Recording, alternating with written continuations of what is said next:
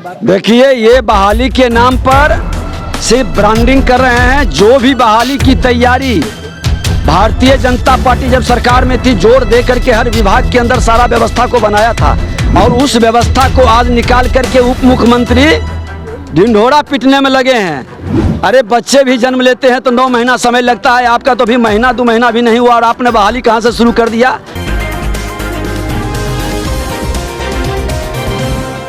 नमस्कार, NBC 24 news देख रहे हैं आप। मैं हूं आपके साथ अभिषेक। बिहार के नेता प्रतिपक्ष विजय कुमार सिन्हा हमारे साथ। सर, लगातार बिहार के लॉ एंड ऑर्डर को लेकर सवाल खड़ा हो रहा है। सर, आप लोगों ने आज गांधी जयंती के मौके पर जो है मौन व्रत धारण किया। सर, क्या कुछ देखिए, गांधी जी के ये कर्म भूमि बिहार रहा है, और बिहार की धरती से गांधी जी के 7 पाप कर्म सपना को साकार करने के लिए हमारे बिहार के मुख्यमंत्री नीतीश कुमार जी विधानसभा से लेकर सभी सरकारी दफ्तर और आवास पर लिखवाए। हमको लगा कि इस गांधी जी के सिद्धांत पर चलेंगे, बिहार का गौरव बढ़ेगा। लेकिन जिस कांग्रेस के विरोध में जेपी और गांधी जी का सिद्धांत रहा, आज वही जेपी जी के सिद्धांत के तिलांजलि देकर कांग्रेस के गोद में बैठ गए। गांधी जी का जो सिद्धांत विहीन राजनीति का था, आज उसको भी उतार करके अवसरवादिता की चरम पर पहुंच गए। अपराध और भ्रष्टाचार के गोद में जाके बैठ करके ये दोनों सिद्धांत की तिलांजलि दे दिए हैं। इसी के विरोध में हम लोग आज मौन धारण करके उनका विरोध किया है। बिहार की जनता इनको सबक सिखाए, इनकी करनी कथनी में कहीं समरूपता नहीं है, और अपराधी और भ्रष्टाचारी की सरकार में बैठे लोग कभी सुशासन नहीं ला सकता। सर, बिहार के उद्योग मंत्री कह रहे हैं कि इन्वेस्टर मीट जो हुआ है वो सक्सेसफुल है, और जिस तरीके से बीजेपी के नेताओं की तरफ से बयान आ रहा है, उनको हम चश्मा देंगे खरीद के। अपराधी और भ्रष्टाचारी जब सरकार में सम्मिलित हो तो निवेशक यहाँ पर कोई इन्वेस्ट करेगा। 32 साल बड़े भाई छोटे भाई का समय हो गया। आज उनके गलत नीति के कारण कोई बिहार में प्रवेश नहीं कर रहा है, और नीतीश कुमार जी बीजेपी ने एक वातावरण बनाया था निवेशक को आने का, लेकिन जब जब ऐसा वातावरण बना, आप नहीं चाहते हैं कि बिहार में इंडस्ट्रीज लगे, और आप आरजेडी के साथ बैठकर उन निवेशकों को रोक देते हैं। बिहार के प्रतिभा, बिहार के रोजगार के साथ, स्वरोजगार के साथ आप खिलवाड़ करने वाला सबसे बड़ा जिम्मेवार आप हैं। सर, अमित शाह बिहार आने वाले हैं, उसको लेकर क्या कुछ तैयारी है सर बीजेपी की?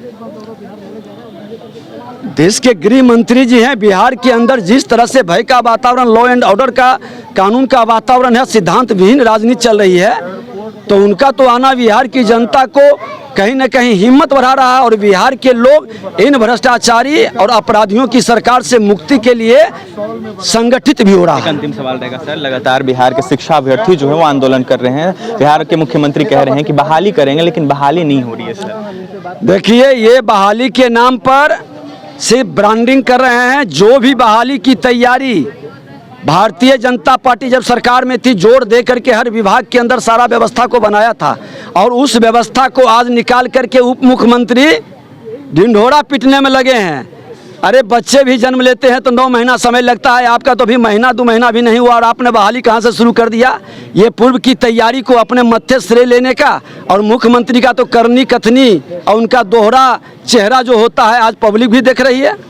बिल्कुल, आपने सुना, हमारे साथ बिहार के नेता प्रतिपक्ष विजय कुमार सिन्हा थे। तमाम मुद्दे पे चर्चा की। जिस तरीके से बिहार का लॉ एंड ऑर्डर खराब हो रहा है, उसको लेकर तमाम बातें की। उनका साफ कहना है कि कहीं ना कहीं बिहार का लॉ एंड ऑर्डर खराब हो रहा है। एक तरफ निवेशक जो है बिहार आना नहीं चाहते, इसलिए नहीं आना चाहते क्योंकि बिहार का लॉ एंड ऑर्डर सही नहीं है, लगातार घटनाएं होती हैं, बालू माफियाओं का वर्चस्व भरा हुआ है। वहीं बता दें आपको कि जिस तरीके से रोजगार की बात करते हैं, तो साफ साफ विजय कुमार सिन्हा का यह साफ कहना था कि जिस तरीके से वह दावा कर रहे हैं, उनका दावा सारा फेल है। हम जब सरकार में थे, एनडीए में थे, तो कहीं ना कहीं कार्य कर रहे थे और जल्द से जल्द बहाली करने की बात कह रहे थे, लेकिन अब जिस तरीके से महागठबंधन की सरकार बनी है, बहुत ज़्यादा गड़बड़ हो रहा है। वहीं अमित शाह के बिहार आगमन को लेकर भी तमाम बातें कही है विजय कुमार सिन्हा ने। फिलहाल और भी तमाम खबरों के लिए बने रहे हमारे साथ। हमारे चैनल को सब्सक्राइब करें, पेज को लाइक करें। बहुत बहुत धन्यवाद।